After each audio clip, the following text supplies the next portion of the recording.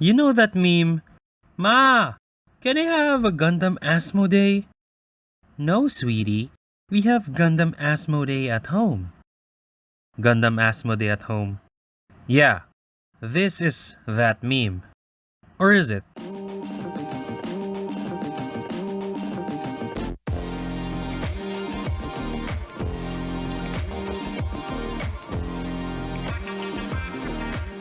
Hello everyone.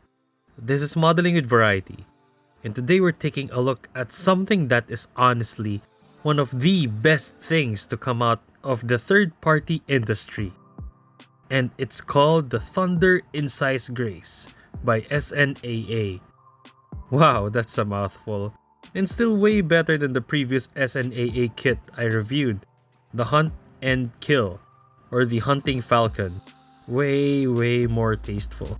And with that out of the way, let's not dilly-dally anymore and get stuck right in. Right off the bat, we're off to a great start. A matte finish box with a beautiful box art, sporting some design aesthetics typical with modern third-party stylings. Really on the nose with that beyond exquisite logo on the top right, and its name I'm assuming in both Chinese and in English. The whole of the box is used to showcase everything the kit has to offer, from the frame, the details, and the full range of motion it can do even with the armor on. There's also this one side of the box that copies the robot Damashi style of photo done, which you could see at the right side of the box. Opening it up,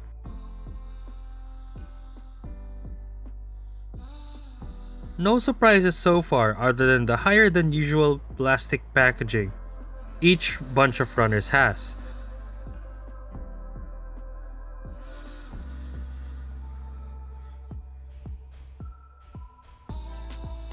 Having it side by side with a Bandai bag of runners shows how far the third-party companies have come.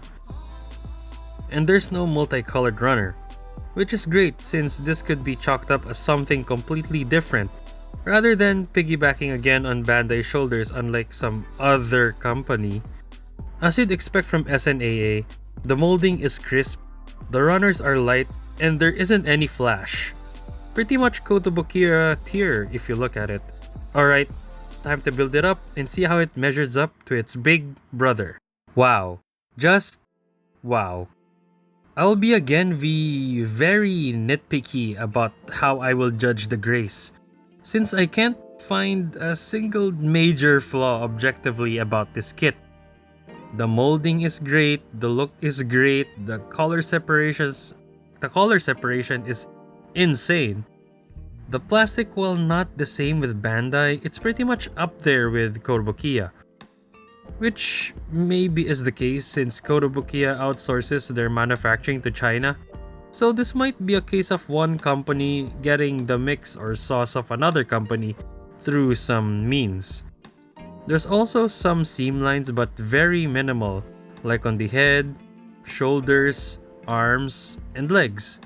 And the weapons, but these are pretty much easily fixed, so I don't think that they're detriments to the kit as a whole. Anyway, to my subjective gripes. The torso, in my opinion, is squished. It does seem like it juts forward a little bit more on the artwork on the box, but it doesn't. As a fan of designs like the Ariel, the Pluton, and heck, even the frame arms rapier, you'd expect the Grace to have a fuller torso, but nope, it's squished. A good visual representation of what I mean is the meme where you squish a normal house cat's face inward and it turns into a fancy cat. Kind of like that. Next are the teeny tiny parts, like damn, I have to use the absolute maximum of my dexterity to put those yellow parts in those holes in the arms. Because yes, the build that you see right here has no stickers. There are stickers but I didn't use them and they aren't necessary in my opinion. But the downside of that is that every tiny little color application is a teeny tiny part that you have to carefully cut and shave off the nub, which is great at the end, but the process is absolutely stress inducing. Bandai goes about this problem through having a part that shows through be attached to a bigger, more manageable part. It makes the build experience smoother and more satisfying. Especially when you see the little color app poke through the hole where it's supposed to go out from. Yeah, that's those are really satisfying moments when you build Bandai model kits.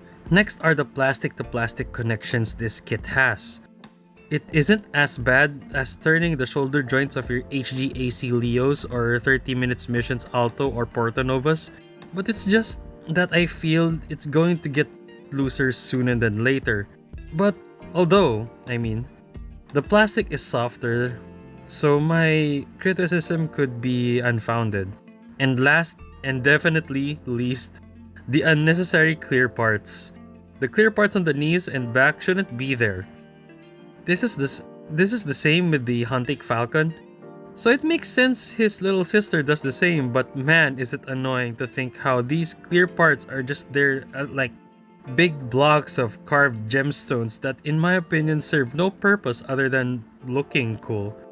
Because remember, this thing is supposed to be representing a gigantic robot the size of a small building. I put the clear parts as last since griping about the frame and how lanky it feels would be ripping on something that is its defining feature essentially. And with all its innovations on how joints work in 1 to 144 scaled model kits, it isn't fair even at the nitpicky levels. And with that said, let's move on to the articulation. I will show the articulation by area rather than each individual joint, since there's a lot of joints in this model. Like an insane amount of expression can be achieved with the frame it has. I'll just pop in whenever I want to point out something of note. With that said, let's start with the head section.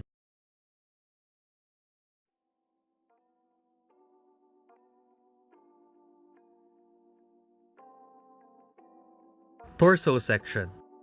This has an insane torso, and in my opinion, even better than the Hunting Falcon. Like, the frame itself has a little bit of detail while the Hunting Falcon's frame has more rudimentary shapes. And of course, the Grace has better articulation.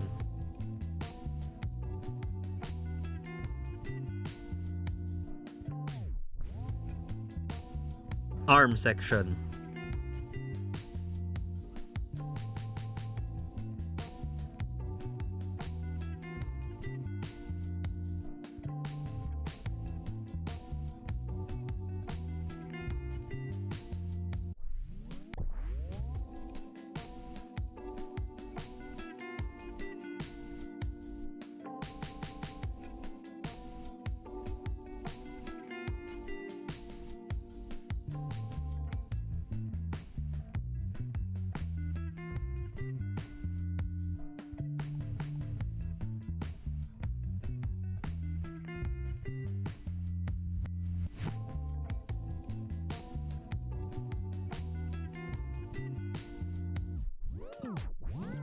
The hands fit in the joint quite snugly, so if you want to, or let's say, give the Grace a bigger weapon, it could probably hold it better than most.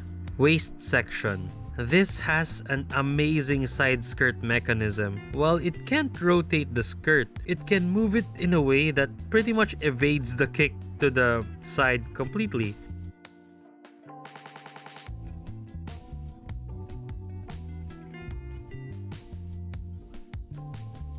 These things I presume are grenades that can be removed and used individually.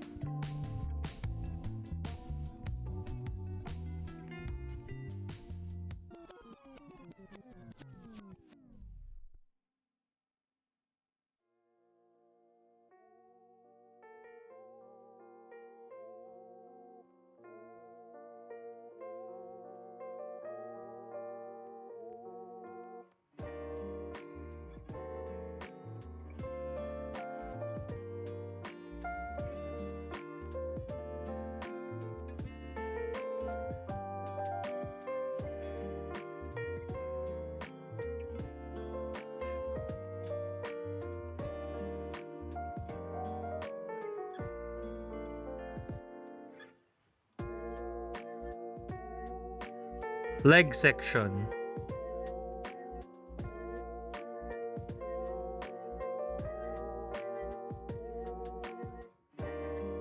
Foot section.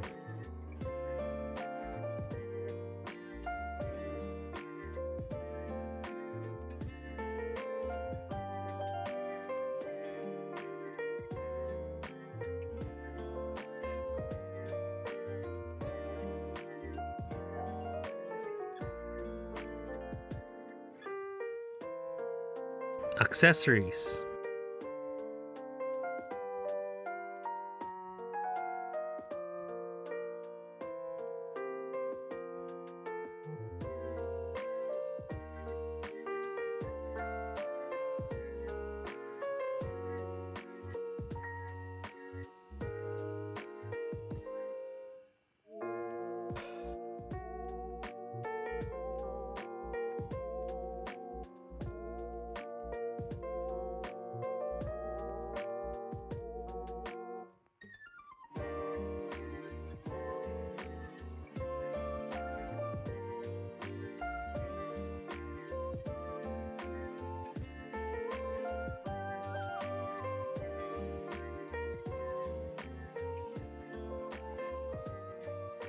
That's about it. With all that said, here's my verdict, and I'll give it to you through a list. The pros. It's an objectively fantastic model when finished. Color separation that rivals even the best models out there, out of the box. It's about 11 to 12 USD. The build is mostly smooth. The articulation is insane. The box is good to reuse for storing multiple kits.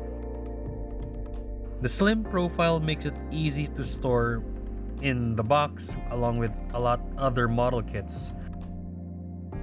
And of course, the water slide decals. The cons are extremely small color separating parts. These might get lost in the building process. Sharp edges which are very dangerous to the uninitiated. And lastly, plastic to plastic joints that may get a lot worse the more you handle the kit. And yeah, that's about it. If you like the video, leave a like, subscribe if you haven't, comment down below if you're so inclined, and yeah, thanks for watching and see you later.